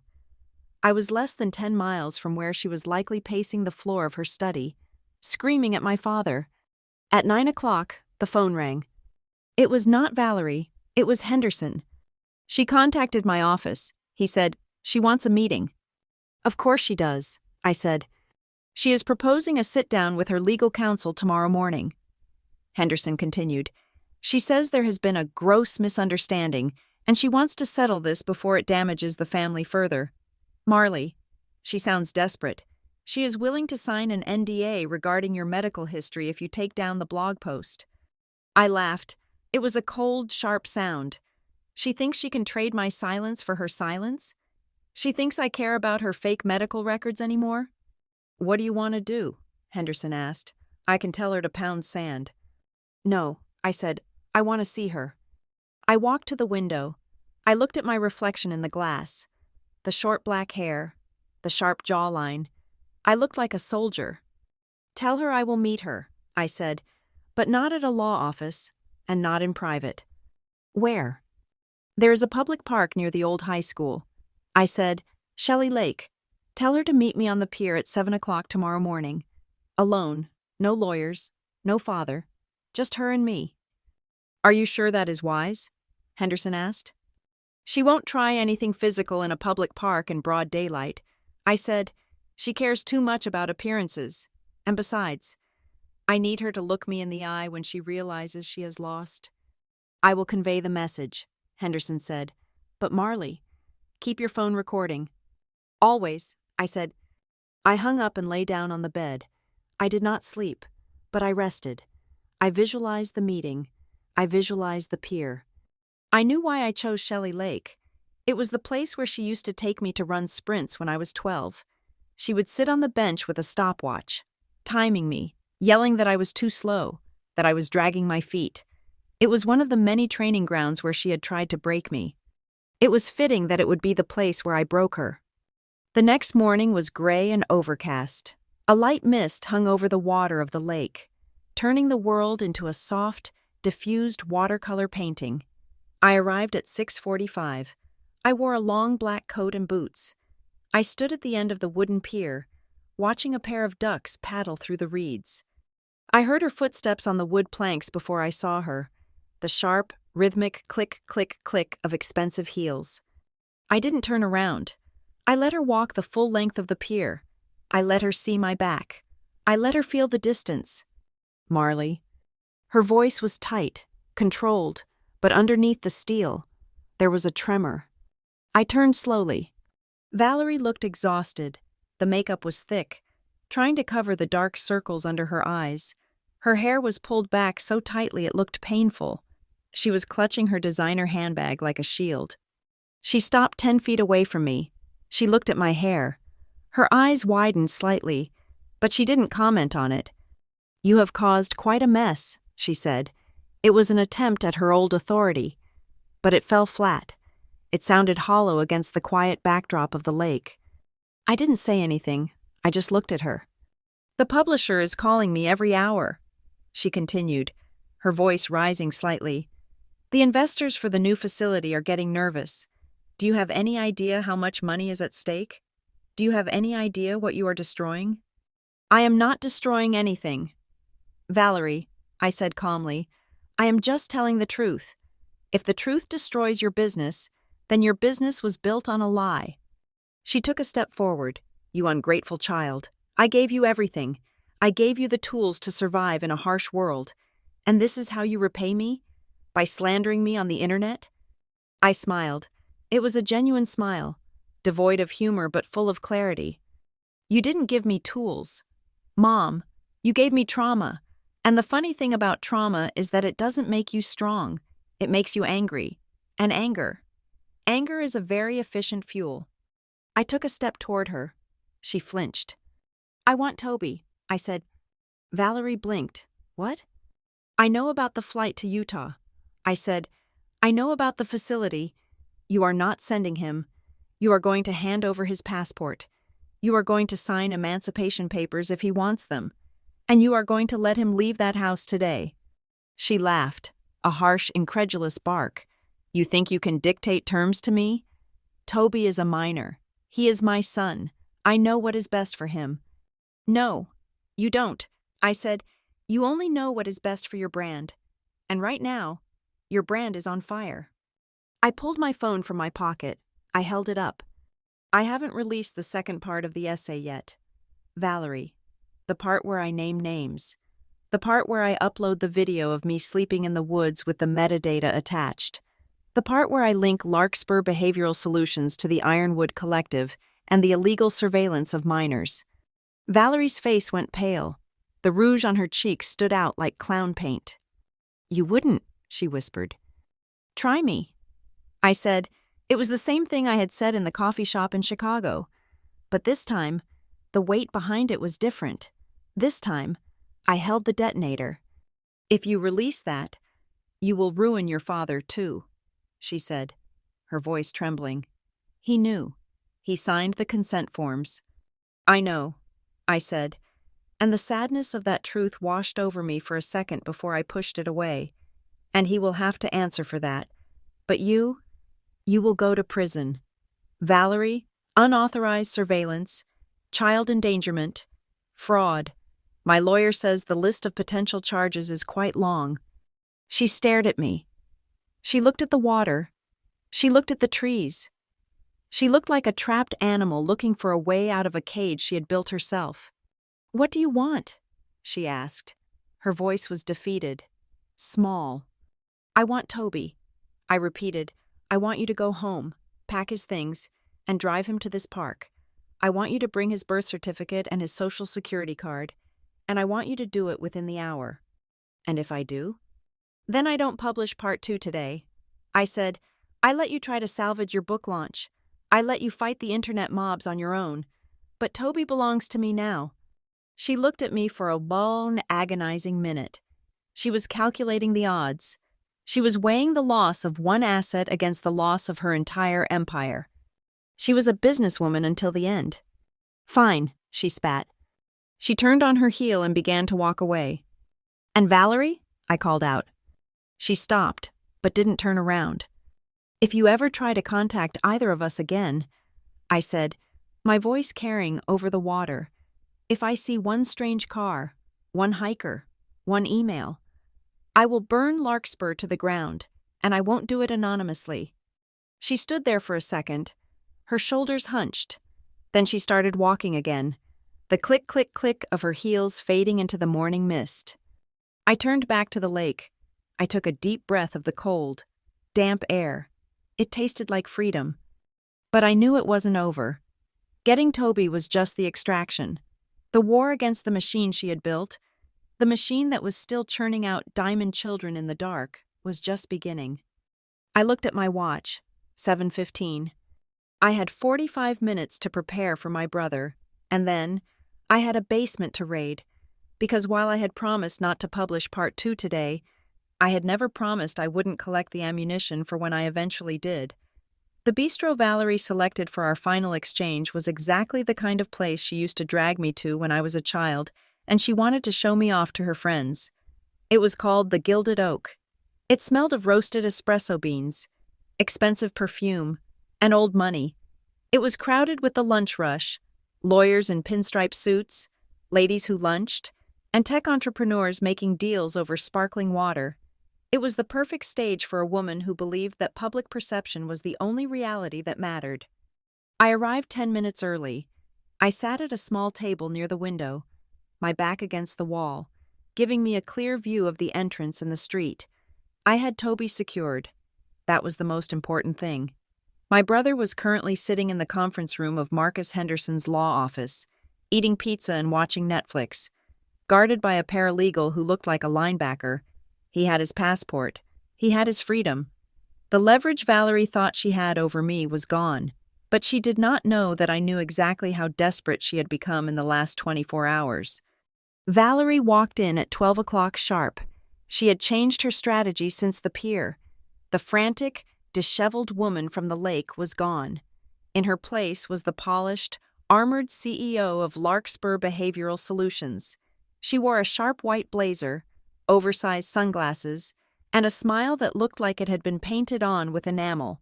But I saw the cracks. I saw the way her hands trembled slightly as she adjusted her silk scarf. I saw the way her eyes darted around the room, scanning for threats, scanning for cameras. She sat down opposite me. She did not say hello. She placed a heavy leather portfolio on the table between us. "You look terrible," she said. It was her opening gambit, a critique, a way to establish dominance. I smiled. I ordered a black coffee. She said to the waiter who appeared instantly at her elbow, and a sparkling water for my daughter. I did not correct her. I waited until the waiter left. "Do you have Toby's documents?" I asked. Valerie tapped a manicured fingernail on the leather portfolio. "Everything is in here. Birth certificate, social security card, the title to the car I bought him, signed over. He is free to go. Marley." I kept my end of the bargain.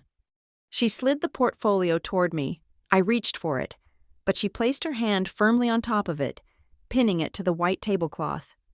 "But before you take this," she said, her voice dropping to a low, silky register, "we need to discuss the future." I pulled my hand back. "There is no future. Valerie, there is just the past, and the bill that is coming due for it." She ignored me. She reached into her purse and pulled out a thick, cream-colored envelope. It was sealed with wax. It looked dramatic. It looked expensive. "I have been speaking with the board of directors," she said, "and we agree that this friction between us is counterproductive. You have talent. Marley, you have a voice. We made a mistake by not bringing you into the fold sooner." She pushed the envelope across the table until it rested next to my coffee cup. "What is this?" I asked. "A consulting agreement," she said. It is a contract for a position as a senior advisor at Larkspur. The starting salary is $250,000 a year, plus a signing bonus of $100,000. Immediate access to the family trust. Full benefits. I stared at the envelope. It was a bribe. A massive, clumsy bribe wrapped in the language of corporate nepotism. And the catch? I asked. Valerie took a sip of the water the waiter had just placed down. There is a standard non-disclosure agreement attached. It stipulates that you will cease all anonymous publications.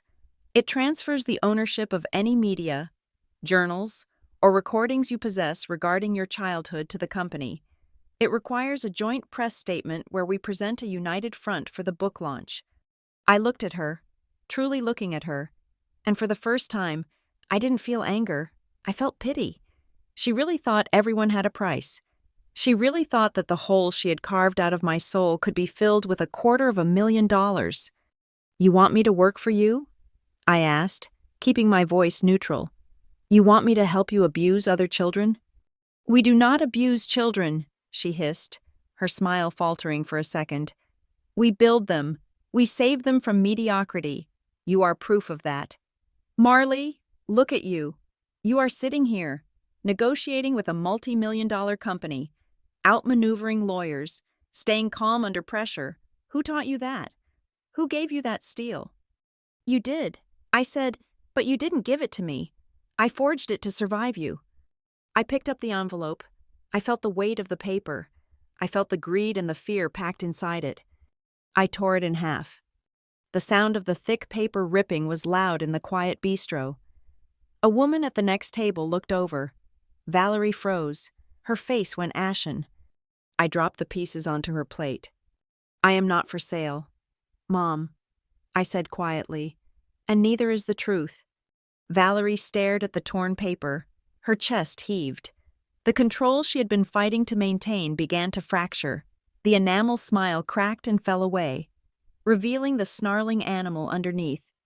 You stupid girl, she whispered, her voice shaking with rage.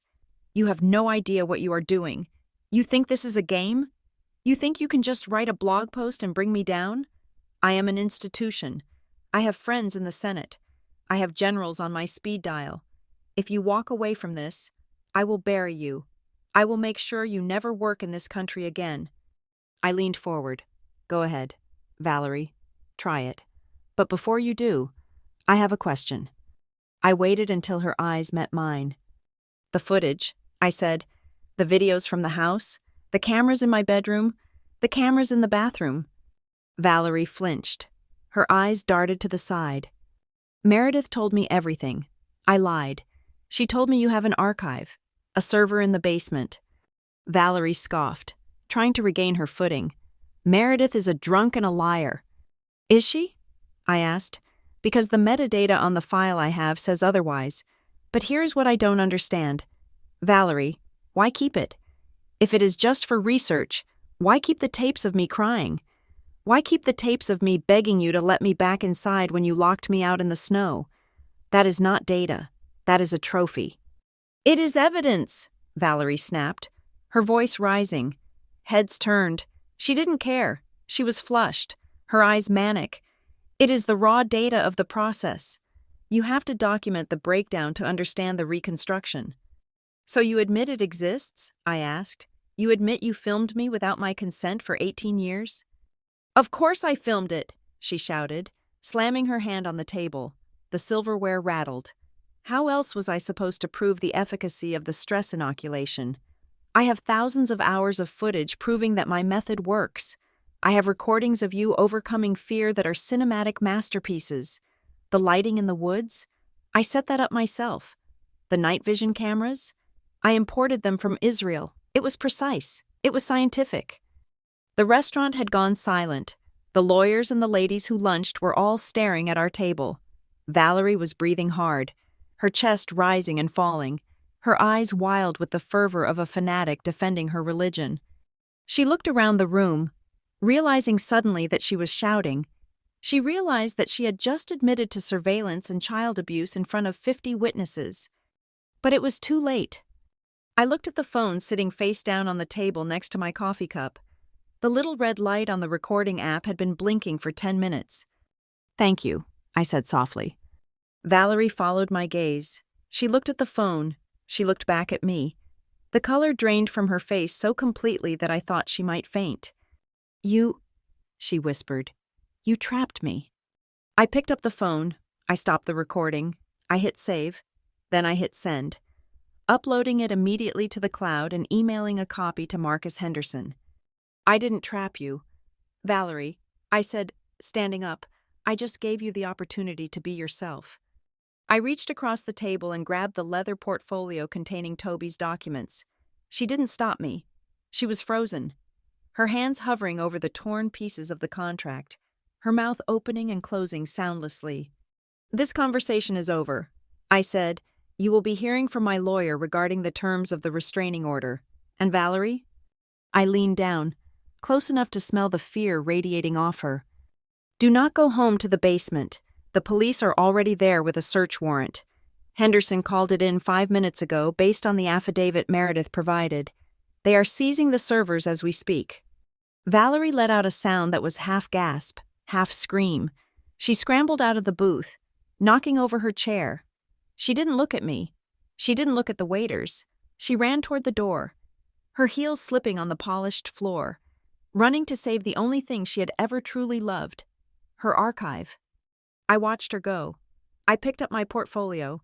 I placed a $20 bill on the table for the coffee I hadn't touched. I looked around the room at the stunned diners. "I am sorry about the noise," I said to the woman at the next table. "Family drama." Then I walked out into the bright, blinding sunshine of the afternoon. I had the documents. I had the confession. I had the servers. The queen was off the board. Now, I just had to mop up the pawns. The fall of Valerie Ball did not happen with a bang, but with the steady, suffocating accumulation of paper. In the 48 hours following the bistro confrontation, the legal system moved with a grinding efficiency that my mother had always claimed was too slow for her brilliance. She was wrong. When you hand the authorities a recorded confession of illegal surveillance involving minors, combined with a physical server farm seized from a residential basement, the gears of justice turn remarkably fast. I did not go back to the house. I stayed in the hotel room with Toby, for the first time in 6 years. I watched my brother sleep without flinching at the sound of a door opening. He looked younger than 16. He looked like a boy who had been holding his breath for a decade and was finally learning to exhale. While he slept, I worked. The police had the servers, but I had the narrative. The Ironwood Collective, the shadow organization behind Larkspur, tried to sever the limb to save the body. It was a predictable corporate maneuver. At 10 o'clock the next morning, a press release appeared on the Larkspur website. It was a masterpiece of legal distancing. It stated that Valerie Ball was an independent contractor whose methods were unauthorized and inconsistent with the values of the organization. They claimed they had no knowledge of her private archives. They claimed the payments sent to her shell company were for academic consulting, not for the purchase of surveillance footage of children. It was a lie, of course, but it was a lie that left Valerie completely alone in the cold. Toby woke up around noon. He sat on the edge of the bed, rubbing his eyes, and watched me typing. "She is texting me," he said quietly. I turned around. "Do not answer." "I know," he said. He picked up his phone, his hand trembling slightly. "But you should see this." I took the phone. The screen was a wall of gray bubbles. Valerie was spiraling. The messages were coming in every 2 minutes, a frantic stream of consciousness from a woman watching her empire burn. "You ungrateful little traitor. I am the only reason you have a future. The police are taking the computers. They are taking my life's work. Do you know how much that data is worth? Call me, now. If you do not call me, I will cut you out of the will. They are canceling the book deal. My publisher just dropped me. Are you happy? You have destroyed your own mother." I looked at the timestamps. She wasn't texting him as a son. She was texting him as a witness she needed to intimidate. "Keep them," I said, handing the phone back. "Every single one is evidence for the protection order." Toby hesitated. Then he reached into his backpack, the same tactical bag she had forced him to pack for Utah. He pulled out a sleek silver laptop. "I have something else," he said. "What is it?" "It is her old laptop," Toby said, "the one she thought she wiped before she bought the new MacBook. I found it in the attic a few months ago. I managed to recover the deleted email archive. I was saving it. I do not know. Insurance?" I opened the laptop. Toby had already organized the files. There were hundreds of emails, but the ones that mattered were the correspondence between Valerie and an address simply labeled Director. I clicked on one dated from the year I turned 16. Subject: Asset M4, Update. From V. Ball to Director. The field test was a success. Subject displayed optimal resource guarding behavior. Panic response was minimal. The footage is pristine. I am attaching the invoice for the raw files. Please wire the $50,000 to the usual account. I believe she is ready for Phase 2 recruitment. $50,000. That was the price of my trauma. That was the cost of the night I spent shivering against a rock, thinking I was going to die. My mother had sold my terror for the price of a mid-range luxury sedan. I felt a cold, hard knot tighten in my chest. This was the smoking gun that linked Larkspur directly to the abuse. They couldn't claim ignorance now. The invoice proved they were paying for the footage, not just consulting.